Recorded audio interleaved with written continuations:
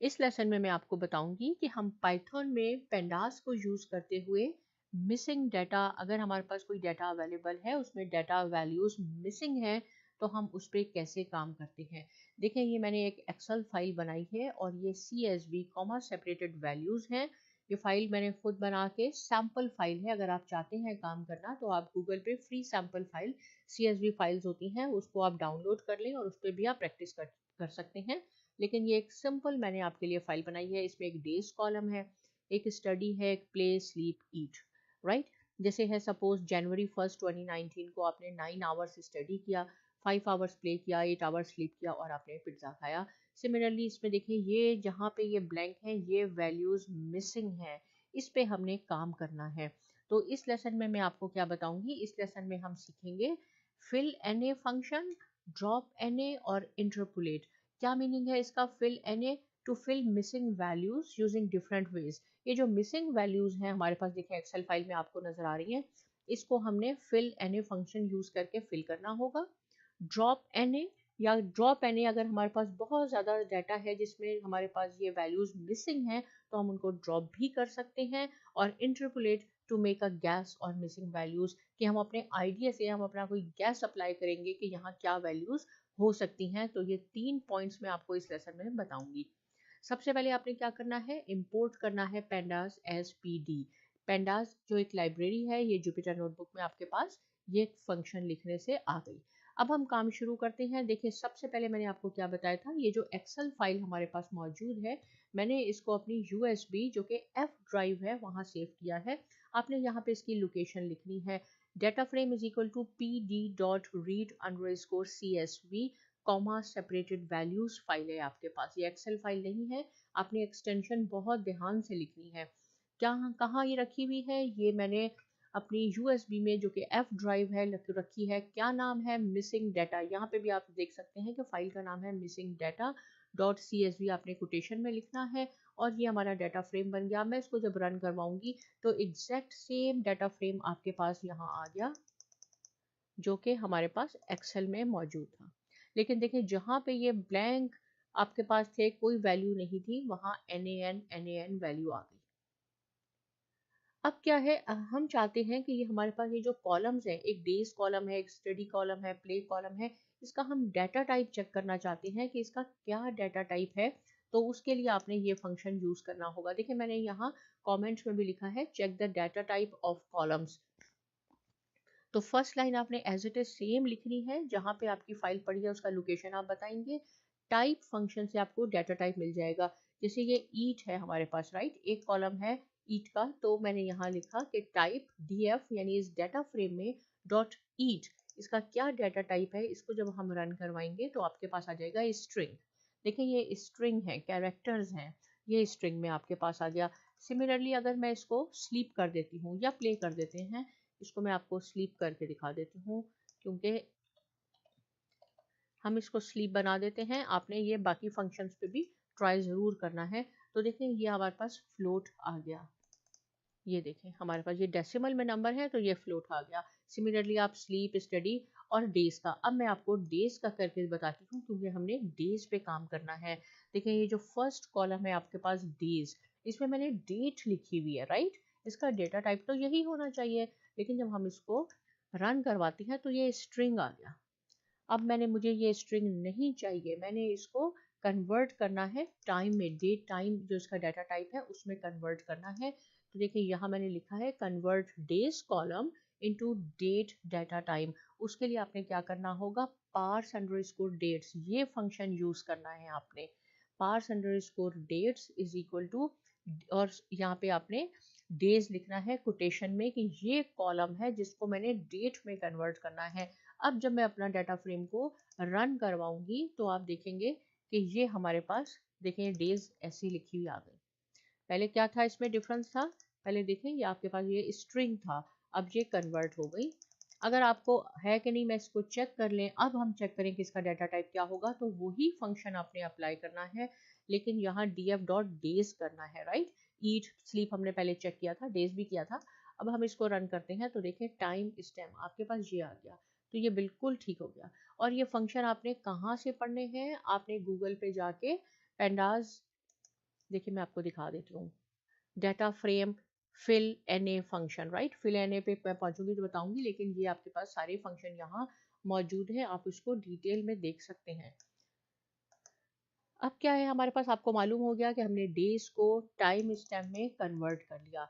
अब यहाँ क्या करना है, यहाँ मैंने लिखा है कि to make days as an index. अभी इस वक्त देखिए हमारे पास ये 0 1 2 3 ये इंडेक्स आ गया है, क्योंकि हमने कोई असाइन नहीं किया है सिस्टम में। मैं चाहती हूँ कि ये जो डेज कॉलम है ये इंडेक्स बन जाए, ये 0 1 2 नहीं हो, इसको हमने इंडेक्स बनाना है। तो उसके लिए आपने क्या फंक्शन लिखना होगा, और आपने लिखना होगा df, ये एज इट इज आपने फाइल का पैथ जरूर बताना है कि कहाँ है। पार्स अंडरस्कोर डेट ये भी हम कर चुके हैं। ये एक्स्ट्रा चीज लिखी है मैंने, df.set अंडरस्कोर इंडेक्स, और ब्रैकेट में डेज लिखा है कि डेज को हमने इंडेक्स में कन्वर्ट करना है। लेकिन याद रहे कि एक इंपॉर्टेंट पॉइंट मैंने ऊपर लिखा है, मैं आपको बताती हूँ, to make days as an index without in place. यहाँ पे आपने एक इन प्लेस फंक्शन होता है, इन प्लेस यहाँ देखें जिसे मैंने लिखा है in place is equal to true, यहाँ नहीं लिखा। दोनों में मैं आपको फर्क बताती हूँ क्या होगा। अगर आपने इन प्लेस नहीं लिखा is equal to true, will make a new data frame, आपके पास एक नया डाटा फ्रेम तो बन जाएगा, लेकिन जो ओरिजिनल डाटा फ्रेम है उसको वो अपडेट नहीं करेगा। इसलिए आपने, जब इसको हम इंडेक्स में कन्वर्ट कर रहे हैं, तो आपने ये function in place is equal to true जरूर लिखना है। इसको रन करवा के देखते हैं। देखिए हमारे पास ये इंडेक्स बन गया। आप कहेंगे ये तो बन गया, लेकिन इससे क्या हुआ कि हमारा जो ओरिजिनल डाटा फ्रेम है वो अपडेट नहीं हुआ, हमें वो भी अपडेट करना है। तो इसलिए हमने in place is equal to true लिखना है। यहाँ कमेंट में भी मैंने लिखा है कि in place is equal to true will update the data frame, original data frame आपका अब चेंज हो गया। अब आप देखें कि जो 0 1 2 3 4 यहाँ पे इंडेक्स सिस्टम ने दे दिए थे, वो हमारे खत्म हो गए। ये डेज हमारे पास अब इंडेक्स बन गई हैं। अब जो भी हम इन रोज पे या इन कॉलम्स पे काम करेंगे, आपने इसको नहीं कंसीडर करना कि ये भी एक कॉलम है। अब हमारा ये इंडेक्स बन गया है, हमारे पास अब ये 4 कॉलम रह गए। अब हमने फिल ना फंक्शन, जो मैंने आपको fill N A function use करने हैं, ये अगर आपने इसकी मजीद डिटेल देखनी है, कुछ फंक्शन मैं आपको यहाँ बताऊंगी, लेकिन अगर आपने डिटेल देखनी है तो आपने क्या करना होगा, आप गूगल पे pandas data frame fill N A function लिखें। देखें वैल्यूज भी हैं, मेथड है, एक्सेस है, लिमिट है, इसमें से कुछ तो हम यूज करेंगे, लेकिन डिटेल में यहाँ पे आप देख सकते हैं कि इसको इन्होंने कैसे यूज किया हुआ है। ओके, अब बात करते हैं फिल एन ए फंक्शन की। कि देखें हमारे पास ये, मैं आपको एक दिखा देती हूँ कि ये देखें डाटा फ्रेम है, यहाँ ये 0, यहाँ कोई वैल्यूज नहीं है, राइट, ये मिसिंग वैल्यूज हैं। तो फिल एन ए फंक्शन क्या करेगा, यहाँ मैंने इसको कहा कि जहाँ जहाँ भी आपको ये ब्लैंक है, कुछ नहीं है, वहाँ 0 हो जाए, right, use fill any function. इसके लिए क्या किया मैंने, कि मैंने एक नया अपना बना लिया है, एक वेरिएबल या डाटा फ्रेम हम कह देते हैं, नया बना लिया, न्यू अंडरस्कोर डीएफ। पुराने वाले को अभी हम नहीं उसको छेड़ रहे, वो वही है, एक नया बना लिया न्यू अंडरस्कोर डीएफ के नाम से, जिसको मैंने DF dot fill N A का फंक्शन दिया और पैरेंथेसिस में 0 लिखा है। और न्यू अंडरस्कोर डीएफ, अब जो मैं इसको रन करवाऊंगी तो आप देखेंगे कि जहां जहां हमारे पास, देखिए ये 0 आ गया। मैं आपको कंपेयर करके भी दिखा देती हूँ। देखिए ये हमारे पास है जनवरी 1, 2 और 5। 5 जनवरी में कुछ नहीं है, तो 5 जनवरी में 0 0 हमारे पास आ गया। जहाँ जहाँ आपके पास ये मिसिंग वैल्यूज थी, वहाँ आपके पास 0 आ गया। कौन से फंक्शन से आया, फिल एन ए फंक्शन से आया हमारे पास, राइट। अब देखें यहाँ तो ये सही है कि स्टडी टाइम में, चले आप कह देते हैं 0 आवर्स पढ़ा, राइट, यहाँ पे भी हो गया। लेकिन यहाँ क्या हुआ, ईट 0, ये तो हमारे पास स्ट्रिंग थे, 0 0, क्या आपने 0 खाया, 0 से क्या मीनिंग है ना। अगर आप चाहते हैं कि इस तरह का नहीं आए, जहाँ 0 अप्लाई हो रहा है वो तो ठीक है, लेकिन हमने ईच कॉलम पे नहीं लिखना, तो आप यहाँ पे अपनी डिक्शनरी बना सकते हैं। मैंने यहाँ कॉमेंट क्या लिखा है, नॉट 0 इन ऑल कॉलम, जहाँ पे देखें सारे कॉलम्स पे हमने नहीं करना, तो न्यू अंडरस्कोर डीएफ, जो मैंने नया डाटा फ्रेम बनाया था, DF dot fill N A function में आपने 0 के बजाय उनको असाइन कर दें कि स्टडी, ये देखें स्ट्रिंग में है इसलिए हमने कोटेशन में लिखा है, स्टडी है, आवर्स आप 0 कर दें, जहां ब्लैंक है प्ले में भी कर दें, स्लीप में भी कर दें, लेकिन ईट में 0 ना करें। ईट में मैंने लिख दिया नथिंग, जो भी आप लिख सकते हैं यहाँ पे, लेकिन हमें ये 0 नहीं चाहिए कि ईट हमने 0 किया, राइट। अब न्यू अंडरस्कोर डीएफ, तो इसको जब हम रन करेंगे तो आपके पास देखें बाकी पे तो 0 आ जाएगा, लेकिन जहाँ पे आपने नहीं कुछ खाया, वहां आपके पास नथिंग आया, ये कुछ सेंस बनाता है कि हमने जीरो खाया, राइट। तो ये हो गया हमारे पास। अब क्या है, अब हम फिल नाम में, फिल एन ए फंक्शन में fill vertically top to bottom, मैंने यहाँ लिखा है कमेंट, इसका क्या मीनिंग है। अगर मैं same D F dot fill N A में मेथड फंक्शन इस्तेमाल कर लूँ, और ये भी आप जब जहाँ जाके देखेंगे गूगल पे जो मैंने अभी आपको दिखाया है, वहाँ आपको ये मिल जाएगा फिल फंक्शन। बल्कि मैं आपको एक दफ़ा और दिखा देती हूँ। देखें ये मेथड है, ये है, इसमें बैक फिल फंक्शन है, बी फिल है, पैड है, एफ फिल है, नन। तो आप ये सारे यहाँ से देख के अच्छी तरह इसकी प्रैक्टिस कर सकते हैं। लेकिन देखिए मैंने क्या कहा कि fill N A method F fill का मीनिंग है फॉरवर्ड फिल। इसका क्या मीनिंग है मैं आपको बताती हूँ।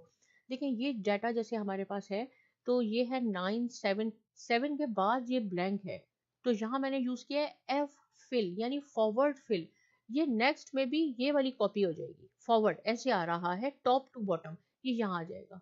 यहाँ 8 है तो नेक्स्ट में भी 8 आ जाएगा फॉरवर्ड फिल। यहाँ 5 है, यहाँ भी 5 आ जाएगा। यहाँ 3 है, यहाँ 3 आ जाएगा। मीन्स जो ऊपर है वही नीचे आ जाएगा आपके पास, राइट। ये फंक्शन भी आप यूज कर सकते हैं फिल एन ए के साथ, जिसको हम कहते हैं फॉरवर्ड फिल। तो इसको मैं रन करवा के आपको दिखाती हूँ, फिर हम देख लेंगे। इसको कंपेयर भी कर लेते हैं अपनी एक्सेल फाइल से कि इसने ठीक किया। देखिए 7 के बाद 7 आना चाहिए, ठीक है। यहाँ 8 है, इसके बाद 8 आना चाहिए, बिल्कुल ठीक है। इस 5 के बाद दोनों 5 आ गए, यानी ये फॉरवर्ड फिल इसने कर दिया। अगर आप चाहते हैं कि बैक फिल यानी यहाँ से स्टार्ट हो, यहाँ से देखें ये 9 है तो ये 9 हो जाएगा, ये 5 है तो ये 5 हो जाएगा। फॉरवर्ड फिल में टॉप टू बॉटम ऐसे आएंगे, ये वाला होगा जो नेक्स्ट पे ये आ जाएगा। लेकिन यहाँ से अगर हम जाएंगे बैक फिल से, तो यहाँ जो उसको मिलेगा वो अगले वाले में जो हमारे पास ब्लैंक है उसमें वो वैल्यू आ जाएगी। तो वो भी मैं आपको करके दिखा देती हूँ। यहाँ मैंने लिखा है बी फिल का मीनिंग है बैकवर्ड फिल, हमने बैक जाना है टॉप टू बॉटम की तरफ, सॉरी बॉटम टू टॉप की तरफ जाएगा ये। तो अब हमारे पास, इसको भी मैं आपको दिखाती हूँ कंपेयर करके। देखें यहाँ पे हमारे पास ये 9 है, तो अब ये 9 हो जाएगा। फॉरवर्ड फिल से ये 8 होना था, यहाँ से ये 9 हो गया। बैक फिल से ये 5 हो गया। देखें यहाँ पे अगर मैं फॉरवर्ड फिल करती तो ये 7 हो जाता। तो ये आपके ऊपर डिपेंड करता है कि फिल एन ए फंक्शन में आप क्या लिखना चाहते हैं। अब देखें यहाँ पे एक और बहुत इंटरेस्टिंग फीचर है एक्सेस का।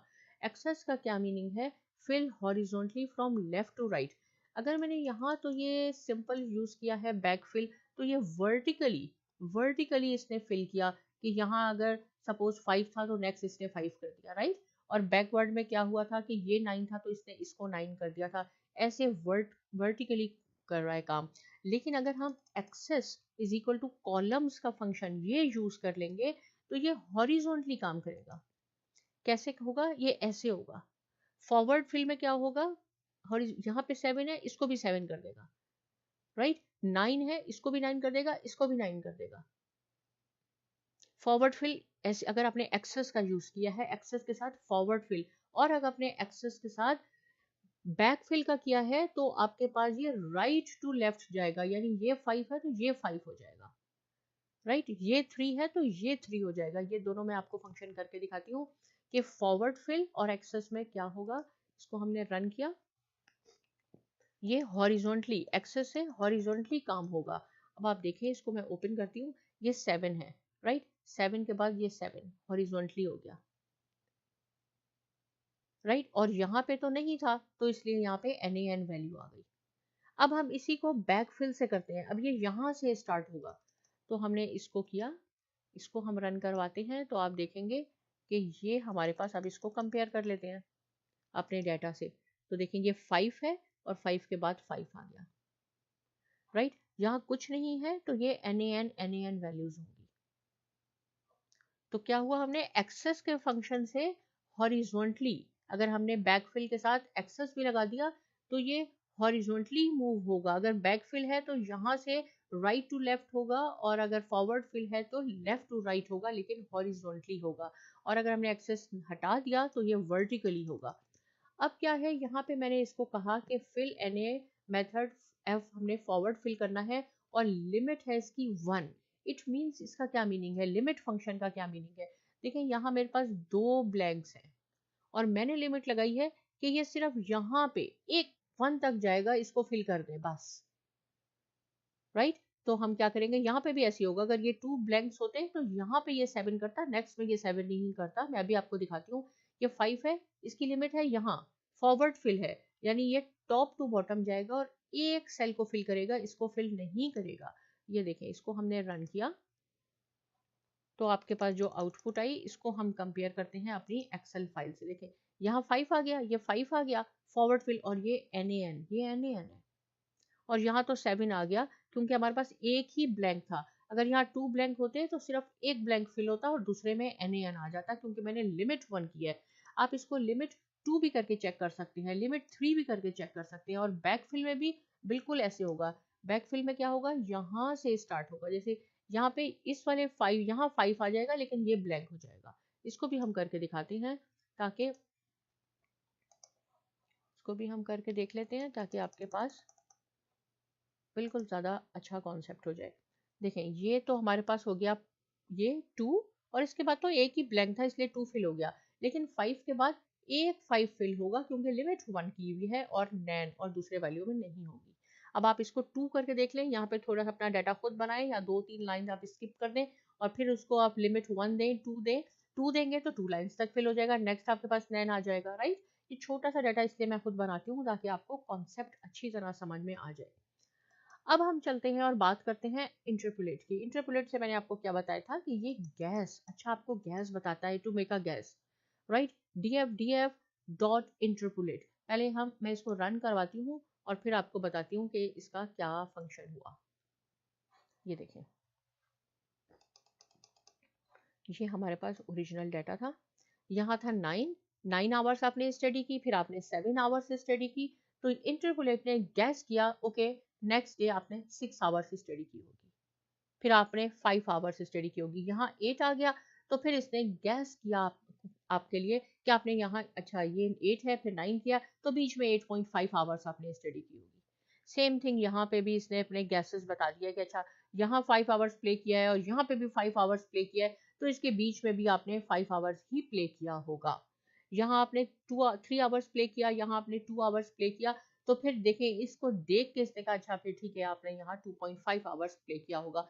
तो इंटरपोलेट फंक्शन से क्या होता है कि आपको ये गैस करके, आइडिया करके बता देता है और आपके डाटा को फिल कर देगा।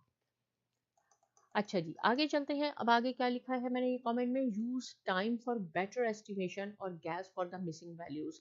यहाँ पे अगर हमने सिंपल इंटरपोलेट लिखा तो वो आपको एक गैस करके आइडिया बता देगा, लेकिन अगर उसके साथ हमने एक टाइम का लगा दिया, method is equal to time function, जो कि बहुत स्ट्रॉन्ग फंक्शन है, इसको भी मैं आपको रन करके बताती हूँ कि इसका क्या होगा। देखें यहाँ पे, चलिए पहले हम इसको रन करते हैं, ठीक है, ताकि आपको कॉन्सेप्ट बिल्कुल क्लियर हो कि टाइम फंक्शन से कैसा एस्टिमेट हुआ और वो कैसे हमारे पास एस्टिमेट था। देखें, टाइम फंक्शन ने क्या किया, इसको हम खोलते हैं, यहाँ 9 आवर्स था, यहाँ 7 आवर्स था, राइट।